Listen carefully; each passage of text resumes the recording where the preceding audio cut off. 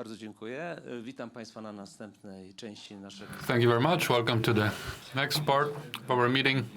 I wanted to say Krem a la creme, but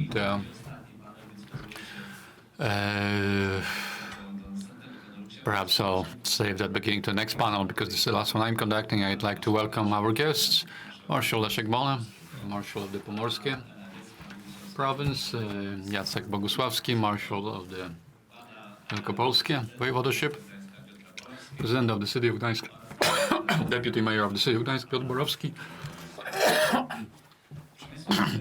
and the Mayor of the City of Pila, Piotr Głowacki. Our panel was supposed to start with the intriguing question, what should we subsidize, tickets or buses? But my guests have prepared to answer that question, so perhaps you could refer to this question while responding to the main questions of this meeting. But today we've heard very important words when it comes to our voivodeship, Pomorskie. So I'd like to ask Mr. Bona about more details about the attitude of Pomorskie when it comes to hydrogen in the future of our region. I would like to remind you that it was on the initiative of the Marshal that the Pomorskie Hydrogen Valley was created. It's the first one. I'll tell you a few words about the second hydrogen valley, which is going to be created in another province, but more about that later. Well, here in Pomorskie, we feel responsible for our natural environment, and we would like to be also responsible when it comes to our children, grandchildren, the generations to come, so that we can leave our environment, nature, in the best possible conditions. That's why we place our bets on RES, and we put down in the strategy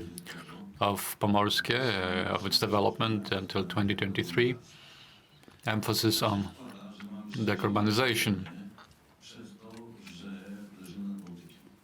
Our location is quite fortunate because we are right here on the Baltic, and Baltic is of key importance to hydrogen because we support the offshore sector very strongly. I'm saying this on purpose because as local government, we have a special platform for supporting the development of offshore energy on the Baltic, and we treat the development of offshore as the introduction to the second step, that is the development of hydrogen technologies to be able to harness this clean energy of wind in order to conduct electrolysis of water. I think in this way we can become the leader in the country when it comes to the development of hydrogen technologies. And we also point to that in our regional operational program, which is currently being called European Funds for Pomorskie. We are the authority managing a certain amount of European funds, and definitely 1/3 of these funds is going to be used for green energy. Thank you very much. I hope we are going to start production offshore. Is hydrogen? Hydrogen is offshore. That's close enough, I suppose. Very close, getting there. So I'd like to ask Mr. Jacek Bogusławski, because we've heard that Pomorskie wants to be the leader. I think that as far as today, it's the Wielkopolska region that has the most ambitious hydrogen program in Poland, H2 Wielkopolska. In Pomorskie, we have the offshore platform. Wielkopolska has the hydrogen platform. It's what's most important is how one ends, not how one begins. Definitely, I agree. Nevertheless, it's a very ambitious project building an added value in Pomorskie. Thank you very much. Thank you for joining us in person. It's not an online meeting. Nice to see you here in person. One of the elements are regular meetings held in various cities located in your region. The first one was in Piła, then we had a meeting in Leszno, where you talked about applications of hydrogen technology And here I would, in this context, I would like to ask you how this project, how these measures connected with the hydrogen platform, how do they impact, or what impact will they have on public transport, that is buses and trains? Thank you very much for the invitation. Thank you for providing the platform to meet here in Gdańsk once again so that we can speak about hydrogen together. Please, my words of gratitude go to Tomek for making this, for preparing this meeting and providing a platform for talking about hydrogen among all those who are interested in this new technology. I'm sure that today we'll hear some interesting answer to these main questions about what to finance first, but maybe I'll spare that till the very end. But I'd like to mention that we, as the residents of the Wielkopolski region, we've began to talk about this entire issue of decreasing the emissions back in 2017. We were looked upon with wonder back then, with great surprise, as we were from another planet. Once we mentioned hydrogen, we had a lot of skeptical looks. But we kept at it. We looked carefully at technologies available in other regions, at what's happening in other countries. In other regions, we observed, we looked, we invited representatives of local government, of business. We always invite scientists as well to come so that we can all learn about this new technology, see what it's like, and in this way communicate with society as such, with all our citizens by holding various types of meetings. And as a result, in 2017, we were looked at as, well, somewhat crazy. In other words, we were looked at very skeptically, to say the least. In 2019, we created the Wielkopolska Hydrogen Platform, whom I have the pleasure of heading, which I have a pleasure of heading. And there we have people who are interested in this technology. They were first just looking at it passively, and they were trying to actually implement certain solutions in companies and local governments. Back then, we had two hydrogen projects that we initiated that allowed us to educate society, to share specialized knowledge that everybody is waiting for, because it's not that easy to find, frankly, otherwise. So by organizing these meetings that were mentioned by Tomek here, by the chairperson, Poznań, Piła, we have Mr. Mayor of the city with us, and recently in Leszno as well. So at these meetings, we also have presidents, mayors of other cities, Kalisz, Ostrów. So I'm very happy that by doing this, we've gone through another stage, allowing us to train first companies, lead them by the hand, so to speak, so they can implement these hydrogen technologies in their companies. We have audits conducted for these 15 companies. I am certain that quite soon there are going to be the companies which will introduce these technologies in their companies, and other residents of the regions will be able to see that this technology can be used, is used, and it's going to provide an additional engine for development of their companies. This is our plan, and now those people who deal with hydrogen, we refer to them as hydrogen ambassadors. There in the back, we can see a group of 6 people from the Wielkopolski region, who is also looking carefully at solutions presented here. Thanks to this conference, we've improved our knowledge. We can keep developing, and we can share this knowledge with other regions. Wielkopolska, just as Pomorskie has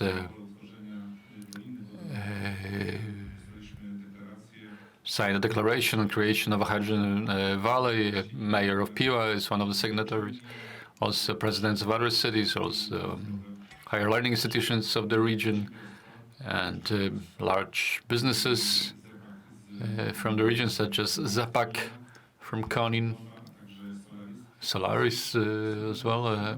They all signed this agreement of creating Wielkopolska Hydrogen Valley. Initiator of this action was Marshal Woźniak, and I do hope that it's sort of a grassroots initiative, similarly to what's happening here in Gdańsk, in Pomorskie. Some keep asking us how they can join us, and we also invite the public side, government side, to cooperate with us. We are open. We want to keep developing this company. It's not like it is usual in Wielkopolska, where we do and talk about later. So, Mr. Marshall, I take up on your challenge. We'll see how it all ends. Now, what should we finance? I think for me, I'd like to finance the tickets, frankly speaking, rather than buses, so that more and more people can use public transport, since emissions from individual cars, which are on the roads in our cities, generate 25% of all pollution, if I recall correctly. So if we can eliminate individual road transport in cities, then we can do a lot for climate. We, as the residents of Wielkopolska, we think not only about hydrogen-powered buses, cars, we also think about hydrogen trains. We can see that in order to provide a proper scale and use of hydrogen instead of diesel on rails can provide an appropriate effect. And to do that, we need appropriate financing. And that is why we've decided to apply to the National Reconstruction Fund for 12 sets of hydrogen trains. We do hope that a decision will be issued soon, and we'll be able to carry out this purchase in near future. So we keeping our fingers crossed. And please, we hope you will as well, because we want to have this first hydrogen train not to travel to the Hel Peninsula, perhaps, but rather perhaps in the Wielkopolski region. So it's healthy competition. I love to compete like that with our friends in other provinces. Okay, thank you very much. Next question goes to our host. Mr. President, when I was recently reading the latest news regarding Greece City, it turned out that Tallinn won, but Gdańsk was hot on its heels. So that means that the city of Gdańsk is nearly green, since it has nearly won. We can see these steps, we can see these actions. So definitely, first of all, let me congratulate this fantastic second place in this contest. We can see a lot of effort going into searching for zero-emission public transport in Gdańsk. And here I'd like to move on to concrete solutions. Hydrogen buses or electric buses? Recently, we've had 3 electric buses purchased by Gdańsk. What's most important? What is your criteria here? We're at a hydrogen conference. What are the chances for hydrogen buses in Gdańsk? What should change so that not electric buses, but hydrogen buses could be seen on the streets of Gdańsk? Good afternoon. Thank you very much for this very interesting debate. And moving on to concrete solutions, we, as local government, we are common sense people, and generally,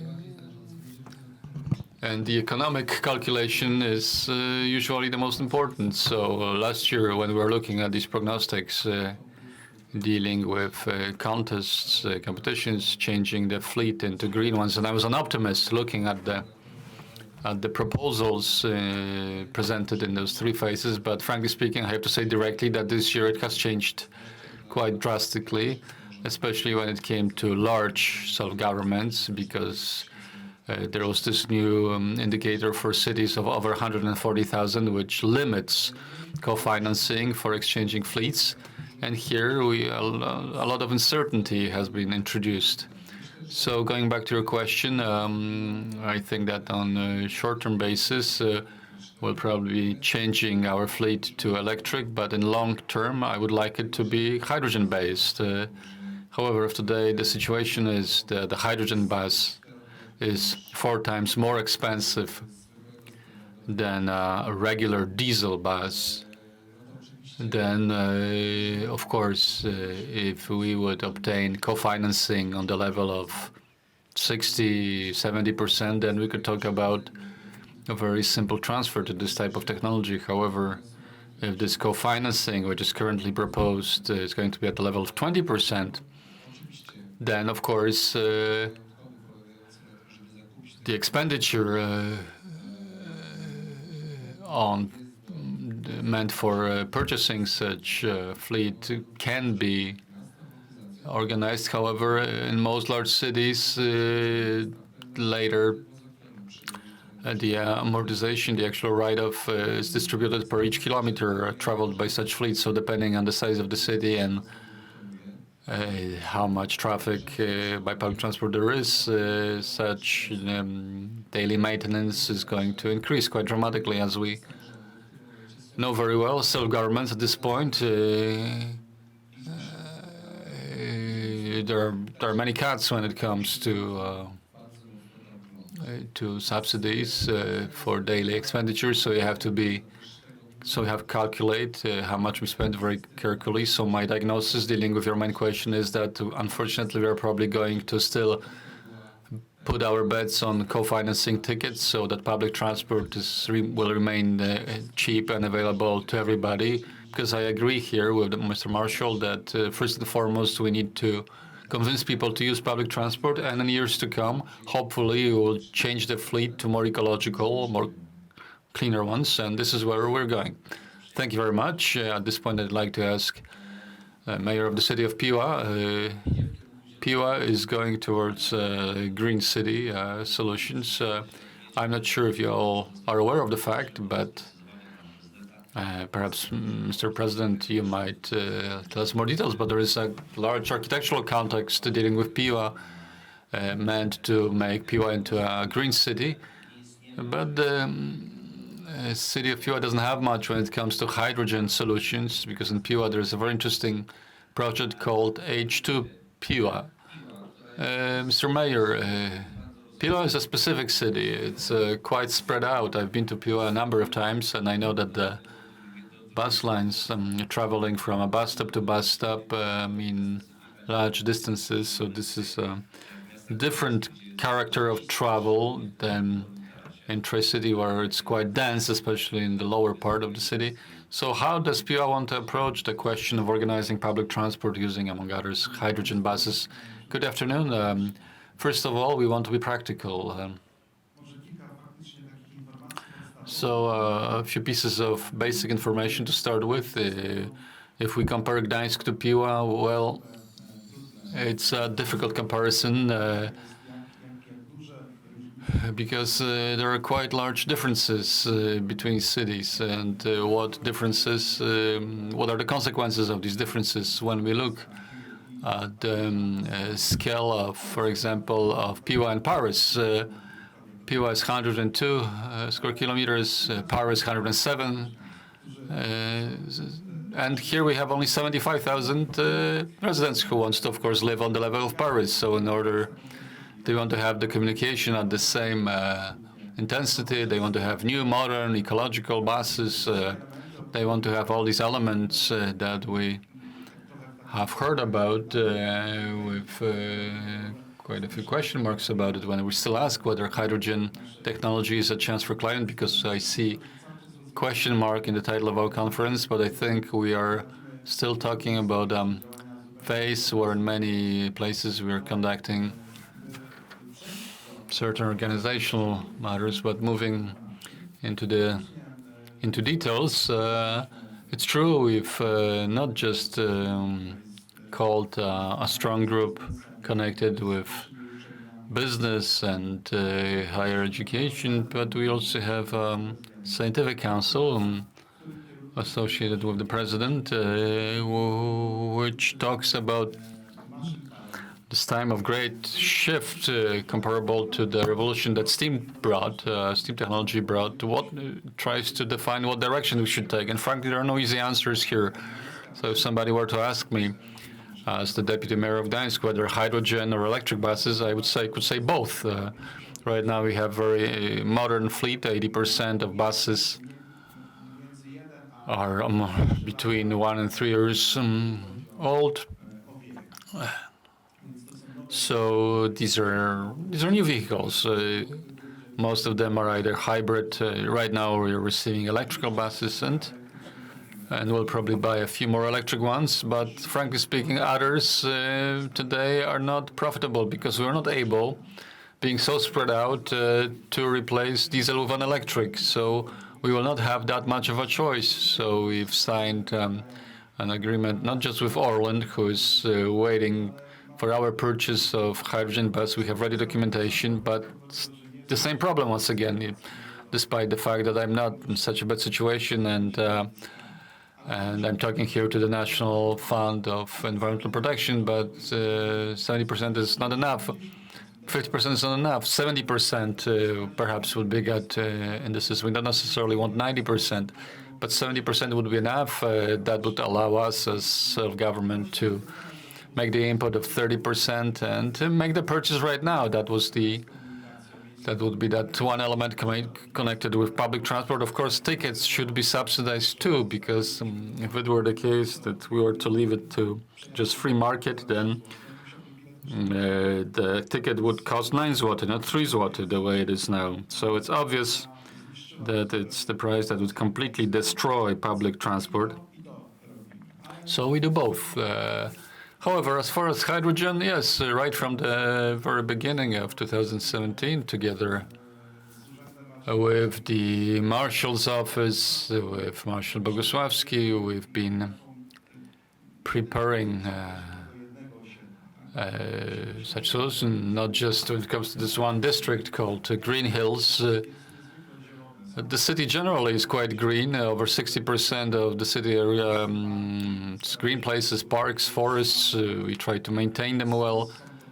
So these are nice areas when it comes to the quality of living. But the projects we want to implement, this architectural contest we've initiated, based on which we'll create the space use plan on over 50 hectares. So a large district built from ground up. And then one of the basic guidelines is not just assessing whether the housing is attractive, but whether they will meet all the modern requirements. So being they should generally provide more energy than they need. They should become a place of manufacturing for local districts. We want architects to take into account hydrogen while preparing plans as the requirement for investors, so that better distribution of water will be introduced, so that gray water becomes a necessity. Becomes a requirement. So another pipeline would appear in the building. That would definitely increase the costs of the first investments. We would like to use SIEMs here, these companies that the government is promoting. At the last city council session, an agreement to create such companies, or such partnerships was approved. They are to build the first housing to show that it can be done, so they can look for additional sources of financing, both in self-government and government, central government financing programs. So we would have these additional funds which are needed to go just one step higher when it comes to technology. So I think that in long-term perspective, all of that will give us a huge change. We can see it already in our daily activities. We used to have in the city 3 power plants, which we turned to electro power plants. 50% of electric energy is produced by us in the city, used by both the city and the industry. And we live in a pretty good industrial area, only 3% unemployment, a lot of investments happening. So if we connect all of that, I think that hydrogen in this circulation is going to be a very important element, but not the only one. So I'd like to point attention to the fact that it's not a solution for everything, it's an alternative to everything, but nevertheless a very important solution when it comes to energy storage. We talked about the sea, about wind. We have a similar project when it comes to the energy cluster we have in the city and surrounding areas. We are to create a large wind farm close to the city. We have good wind conditions, and the question of the investor is what to do with that energy at night. And we're saying we're going to buy it from you, just invest into this storage part and let that storage be hydrogen. Thank you very much. I'm returning to Mr. Marshall Bonner. On the one hand, we have this specific location that makes, well, it reach for certain solutions. You said that we've heard that in 2023 we would have access to clean hydrogen that could potentially be used in our project. The Pomeranian Hydrogen Valley constitutes three components. First of all, we've got the bus component, and its analysis covered Gdańsk, Gdynia, Tczew, and Wejherowo. Let me tell you, the mayor of the city of Wejherowo decided that there was a deadline for buying the last diesel bus. From then on, he's going to buy hydrogen buses. So Wejherowo said that we are going for hydrogen. I would like to ask Mr. Marshall for a thing that is the most beautiful component of the project of the Pomeranian Hydrogen Valley, that is the Highway to Hell project, connecting the Tri-City agglomeration with the Hell Peninsula. Of course, AC/DC rhythmical music should accompany it along the way. How do you think we could approach it? Because it seems to be a particularly challenging element. If this railway line belonged to the Marshal, then we could declare the deadline for the project to be completed. But it is a project that is in the hands of PKP PLK. We know that self-governors have fought for many years to electrify this railway line so that on the Hell Peninsula we have a completely new infrastructure.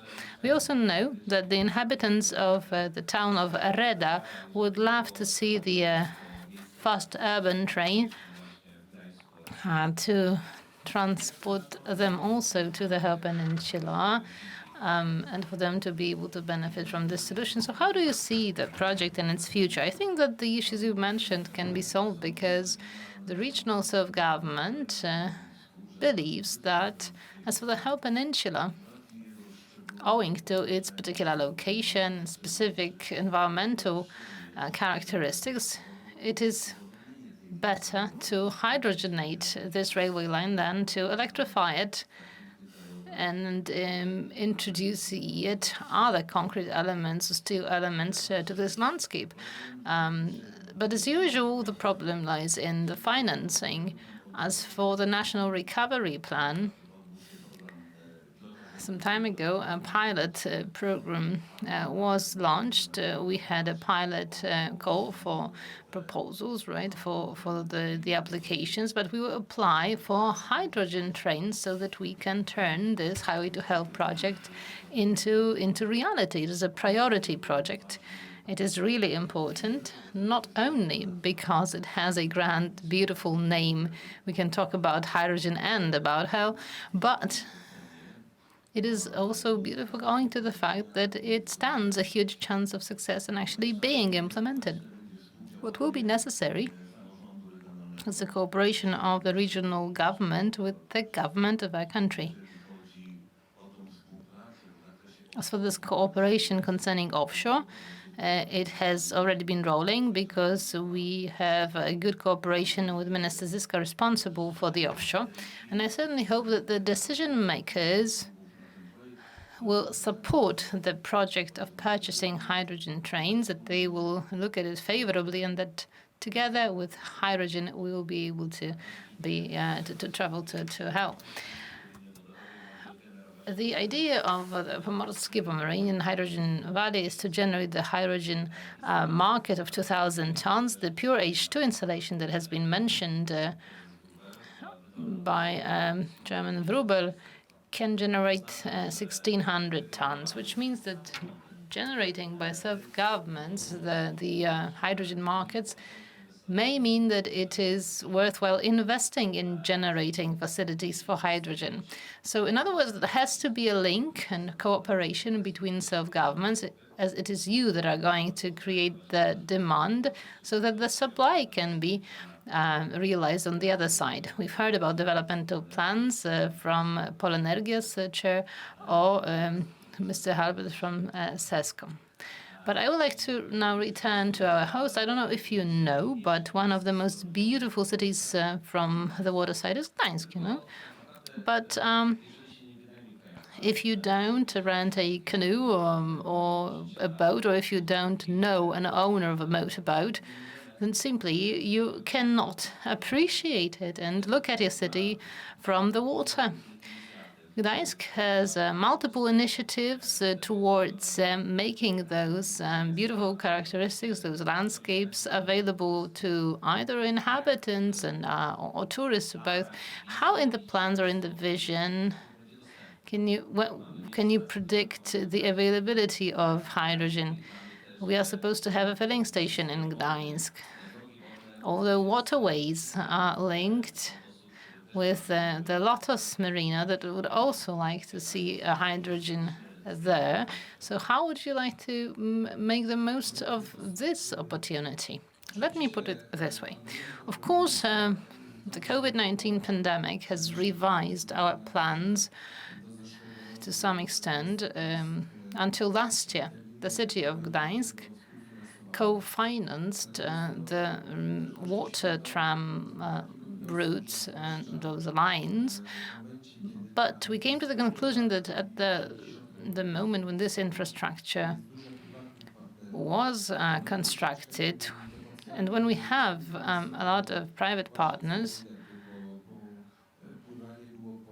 we first subsidize the tickets. First, it costs 10 zlotys, then 20 zlotys. It's completely uncomparable to what other entities charged. And we decided that, well, what we actually contributed to doing was really bringing down the development potential of those private entities operating on our waterways. So we decided not to finance the water tram. We believe that it does not have the nature of a public transportation mean. The speed, owing to the decision of the Maritime Office, the speed limit is what it is. And so what it has instead is this tourist attraction nature. Therefore, it is not us to finance it. But of course, we are open and we are waiting for the possibility of actually launching the tram or the water tram line to the Sobieszewo Island, provided that the vessels operating there would be hydrogen-driven ones. There are first hubbing. We certainly hope that the projects to come will be more successful, and there will be such a hydrogen line connecting the beautiful Sobieszewo Island with the center of Gdańsk. I have another question to the other marshal. I have, of course, my key question at hand, but I don't know if you've noticed that, well, the parcel machines have conquered our market. More and more of the delivery trucks have green plates. Some say that the fastest developing element of hydrogen implementation will not be buses or trains, but it will be those who deliver to the parcel machines.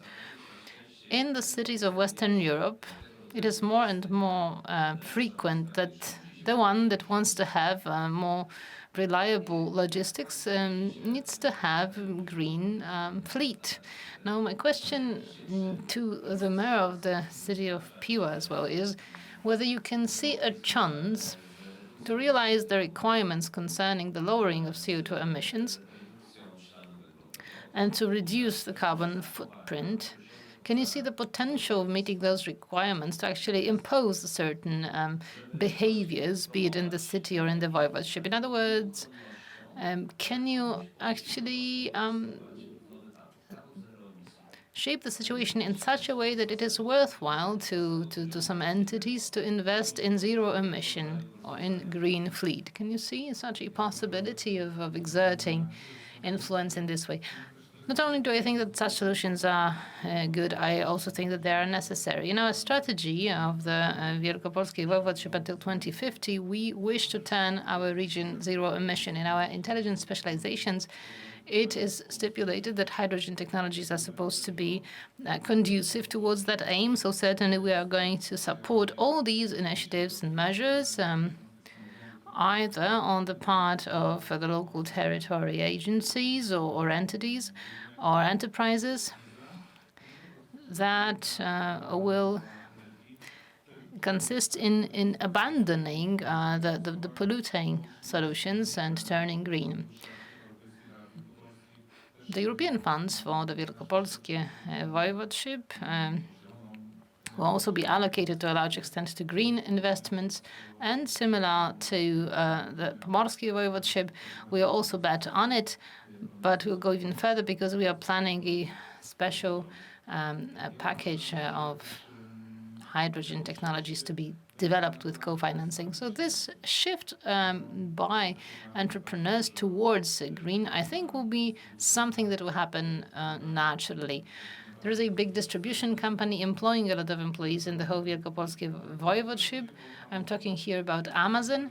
I recently attended a conference. I talked to the CEO for Europe of Amazon. He approached me and he asked me about the chance of supporting those entrepreneurs who actually provide transportation, transporting the employees to the facility. They know that it is necessary to do that. There are many vehicles in the fleet. They will have to be replaced soon, and they do want to cooperate with the companies that have this green sticker, proving that they are zero emission, that they cooperate with a company that has this RES link to it. This is something that will also support them in showing that the products they distribute are also delivered in a green way that will also improve their image. And we are likely, as consumers, to pay more and more attention to whether the deliveries that we rely on are as green as we would like to, and we will turn to those companies that can offer us green parcel deliveries. We can only support it by providing incentives. I think that it is the market that is the best regulator. I couldn't agree more. But contrary to what you've said, European countries that showed that it was inevitable to go in the direction of zero-emission technologies, and these companies are successful. It's not only about hydrogen, but zero-emission technologies as such. We had a debate on the strategy of Polish companies. We had two private-owned Polish companies, and later on in the discussion, what we've heard from the entrepreneurs was stability and transparency of law. This is the set of conditions that make it possible to invest. But the other hand is that we show certain requirements to be inevitable. So we are reaching a certain point, and no matter what, from then on, certain technologies have to be put into place. Mr. Głogowski actually took the punchline away from us. Well, you said that we had the steam era, which reshaped the industry and the society. This is where the middle class started to emerge. Similarly, hydrogen will do the same, but in a shorter run. In no time, we'll have the vehicles shifting from petrol to electricity. So this is step one. And those that use diesel, I'm sure, will swap it and replace it with hydrogen. Now, the steam thing was actually what I said, but so don't take it away from me, please, because I remember that years ago, when I was asked what the things would be like.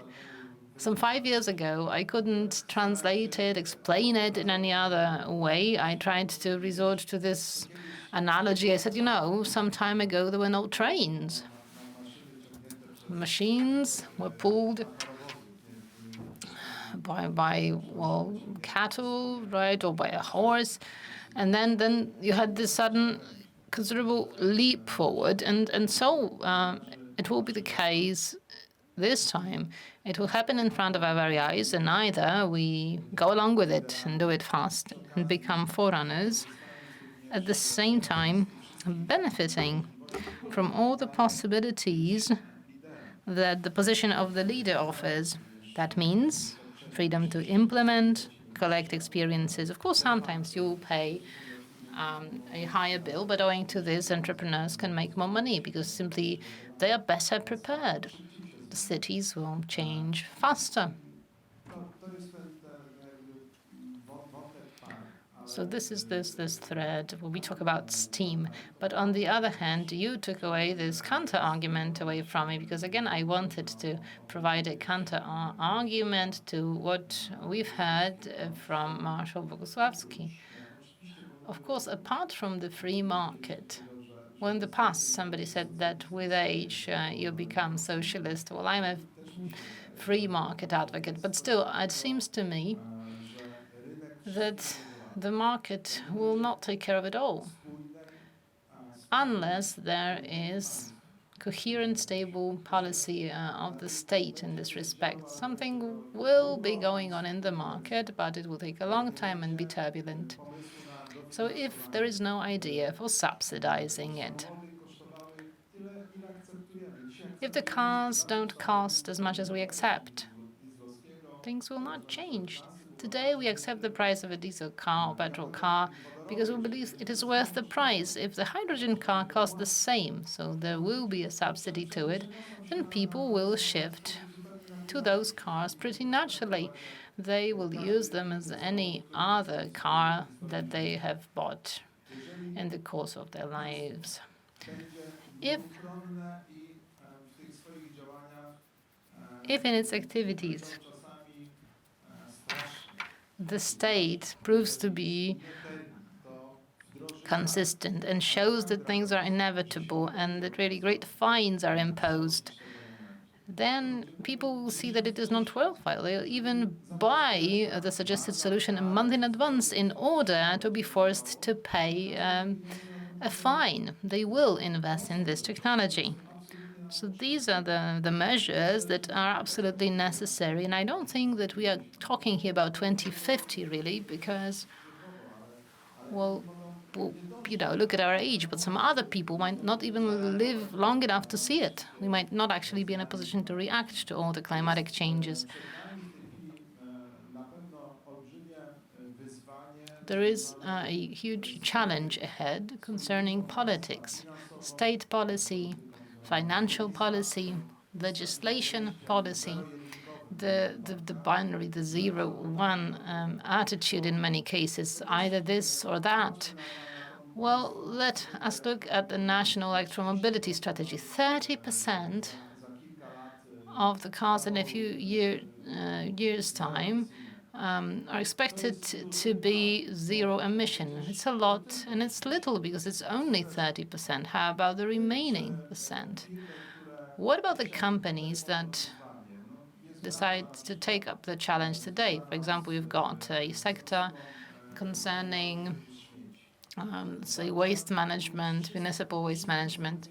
Everything should be replaced there, even if it's relatively new, because they cover enormous distances in the cities, but also going to small locations, small villages in the rural areas. So this sector needs to get a clear message. If you replace it, you'll have benefits, but it cannot be at the cost of inhabitants who have to cover the price because they will have to pay more for the waste disposal. And instead of the 30 zlotys, somebody will demand twice as much because they need to depreciate it somehow.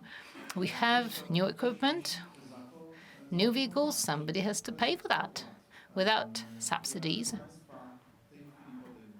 that are offered by certain states, without transparent, clear decisions. Like, for example, you cannot possibly enter inner cities if you do not meet the zero-emission requirements. Or let us not get to the city centers at all, because what it results in is traffic jams, and even those who are zero-emission ones cause some other inconveniences. So certainly without such, clear-cut decisions, the world is not likely to change.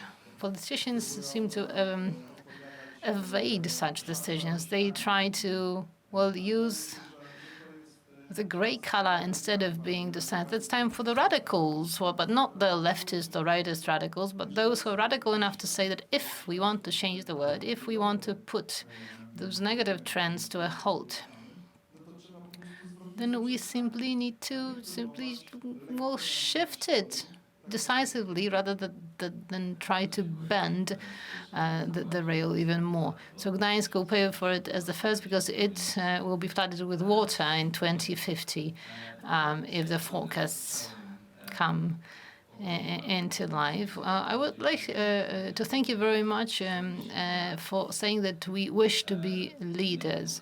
We, as a cluster, when the National Environmental Protection Fund prepared the first round of financing for the buses, we analyzed the options of what this competition could probably offer. And we decided that it would be good at the level of the national fund to select a bus, to buy it in large quantities so that it can be used by self-governments and to get good prices. Unfortunately, the fund told us that from the point of view of law, this was impossible. So we went further. We kept on analyzing of whether perhaps, and I'm happy that I have interlocutors like you today, that maybe at the level of a single voivodeship, we could create such a purchasing group so that the cities who need to turn zero emissions, who have this requirement of the 30% of the fleet being green, when they go to hydrogen technology, they could go for a single type of bus. And then for all the cities of a given voivodeship, there is a procedure, and simply we buy a big number of buses of a given type. So we have a different starting point when it comes to maintenance. We do not invest in particular mechanics who are allowed to touch those. We do not buy particular servicing equipment, but we create a single competence center in a given, in one city in a given voivodeship where the services are offered. And what was the result of the analysis? The price of hydrogen bus was really beneficial. We also carried out a sensitivity analysis, and in extreme cases, we got very close to the price of the diesel bus. But as regards prices concerning operations, so the vehicle kilometer, which I think is actually not the very best way of approaching the communication system, but this is what is done in Poland today, so we do need to refer to the vehicle kilometer. But anyhow, the price, given that we buy hydrogen buses in this formula, then the price of vehicle kilometer would be very close to the cost of operating and maintaining diesel buses. When we talk about voivodeships, the question is whether we could possibly approach purchasing hydrogen trains in the same way. Why am I mentioning this? We have a pleasure of cooperating with the biggest players in terms of the suppliers of hydrogen trains. And I talked to a gentleman from the Polish representation, and he told me, look, what am I supposed to tell in my headquarters when I go to them with the order for 1018 trains? And my headquarters get information from the UK market that they are planning to build 2,000 hybrid vehicles or hydrogen vehicles. So where do you think they will invest in terms of the staff? Will they support me in promoting the 18 trains of different types? Or perhaps do you think it's more probable that they will offer their support to the UK market? Now, when we start understanding it, that we are not working in isolation, this whole decision is cascade in nature. what kind of price you can get, where you can enter this local content. What chance is there that when you buy public transportation means you can create those purchasing groups at the level of voivodeships or at the level of a few voivodeships? Gentlemen, maybe I'll begin. It all looks beautiful if you carry out such an analysis. Well, I'm ready to just plunge into it head first. I mean, I would love to call my other colleagues from self-government saying, join in. But the problem is that then we see what the National Environmental Protection Fund's requirements are, and you've got, I don't know how many, 7 or 9 variables there in relation to how many inhabitants a given self-government has, where it is located, what budget it has, and so on and so forth. And this is problematic. For example, yesterday I talked to Mr. Skwierawski, mayor of Sopot, who would love to see only electric or only hydrogen buses in his town. And he says, I would love to buy this because from this competition I get 60%. And I say, I'd love to do the same. And I would also like Gdańsk to be the leader. But today our subsidies are at the level of 20%. And this is the choice that we are facing. In the end, well, of course, talking about transportation and carriers, I don't like to talk about, again, vehicle kilometers. Okay, so we can buy new buses. Are they supposed to run every 10 or every 30 minutes? How many kilometers will be order for it to cover? Because if it costs 40 or 60% more, then simply we'll afford this frequency to be lowered. And as such, not meeting the expectations of our inhabitants. So these are the dilemmas that self-governments are facing. Where are we to look for this demand? If the producers want to generate hydrogen, the self-governments are about to replace their fleet, not only in terms of public transportation, but also waste management. And it has been mentioned here by the mayor of Piła. We are open to it all, but on the other side, we need to have a partner in the government who will tell us, okay, so from the European funds, we would like to finance this operation, so we will use the entire synergy effect. If it works this way, then I think that any self-governor today would come and sign under such an agreement. From the point of view of the Pomorskie voivodeship, I would like to tell you that we do realize the effect of scales that you've mentioned, the economies of scale, but we also respect the autonomy of self-governments. It is not the case that the so-called lower-level self-governments are dependent on us. We need to respect their autonomy. But I think that we did set the pattern in a completely different project. I'm talking here about the mobility services integrated platform. The voivodeship government paired with big cities and other towns, and together we are implementing a project called WAVE or FALA, which is a common ticket for Pomerania, for the Pomorskie voivodeship. So it can be done, and we are very willing to cooperate for the benefit of over 2 million inhabitants in our region. But, as mentioned by the mayor of Gdańsk, we expect support from the government and economic stimuli that would enable this cooperation and help us benefit and profit. I think that the basis for our cooperation has to lie in legislative and legal stability, so that the activities and measures that we take are legal. No self-government, legal or voivodeship, can make decisions about big purchases if legislation, if law is not stable. At this point, we have a European hydrogen strategy. We just waiting to create one for our voivodeship, but we are still waiting for the Polish one because we all in the Wielkopolska region would like to follow its requirements when making decisions on the new purchases. We have a lot of experience of collective purchases. I think it was 2009 or 10 when together with the Łódzkie, Podlaskie and the Polskie voivodeships, we bought some railway rolling stock components. We did do that, and we benefited from the economy of scale. But that was preceded with numerous talks because every self-government has its preferences. So what we agreed on required a lot of effort, a lot of time, and sometimes I'll say now we will be able to prepare to a contest, but then there will be a short period of time, let's say half a year. It's not enough to fine-tune all the details of agreements across different self-governments so that we can stand in the competition hand in hand. And then when we win, we should avoid any trouble between us. Then we had another common purchase as tech leader together with the Zachodniopomorskie Voivodeship and Lubuskie Voivodeship. We also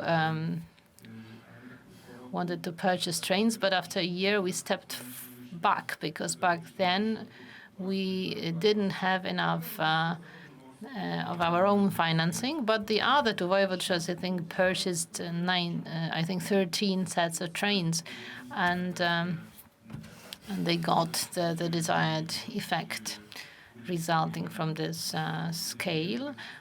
Once the law is stable, once we know that the strategies have been adopted, we are really open to such solutions because we believe that our group purchases, apart from the lowering of the price, will also help us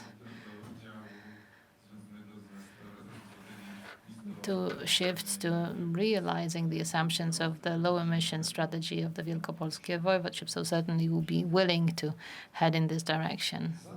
Mr. Mayor, I will start with an example of certain calculations. Germans have counted that in order to shift the lorries from A2 between Berlin and Hanover to the rails, well, that's a very fashionable business. You need to take into account the loading, unloading, and transfer time into account. So they base their calculations on it. It shows that the dream for the trains to take over road traffic is still, a song of the future.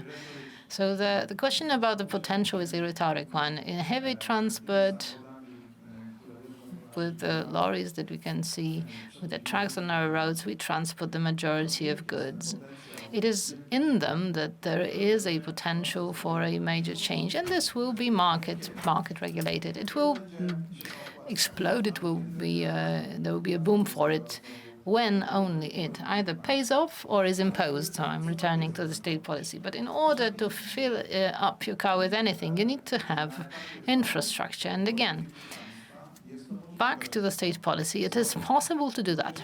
Because if we cannot subsidize 1 million buses, but just 1,000, then simple maths should be used.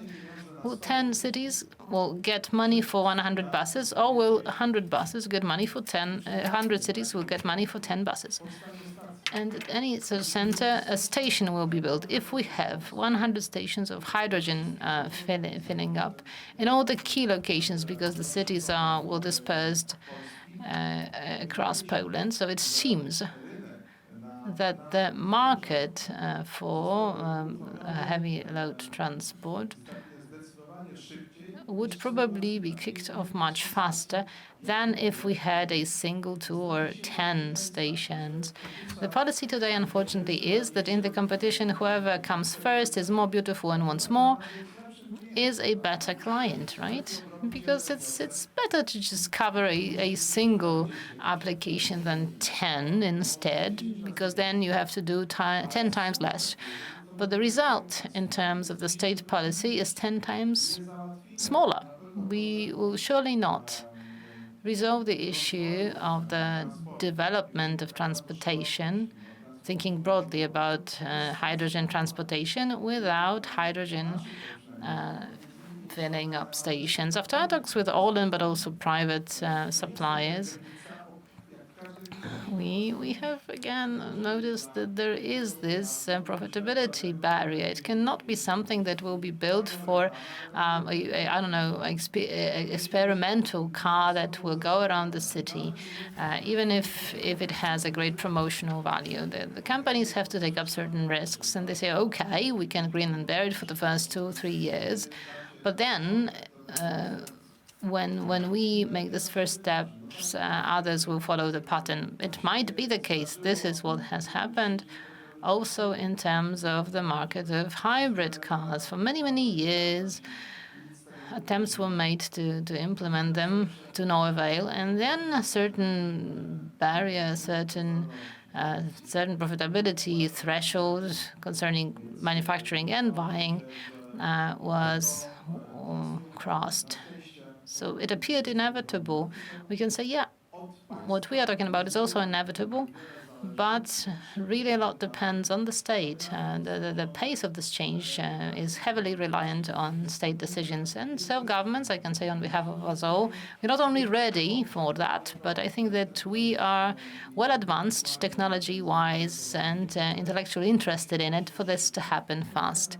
Because actually that means that our citizens are satisfied, that our voters are satisfied. We need to bear in mind that we also are working to our success, right? So the cleaner the air in the city, the better you can breathe.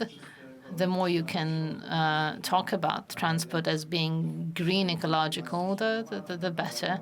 The easier it is to charge your phone or to turn Wi-Fi on, the more probable it is that the questions whether this or that will not be asked anymore, and when people simply find something easy and convenient, they will simply choose it as their lifestyle. You can see it in big cities. Very often young people do not buy cars, not because they cannot afford it, but simply this is their choice.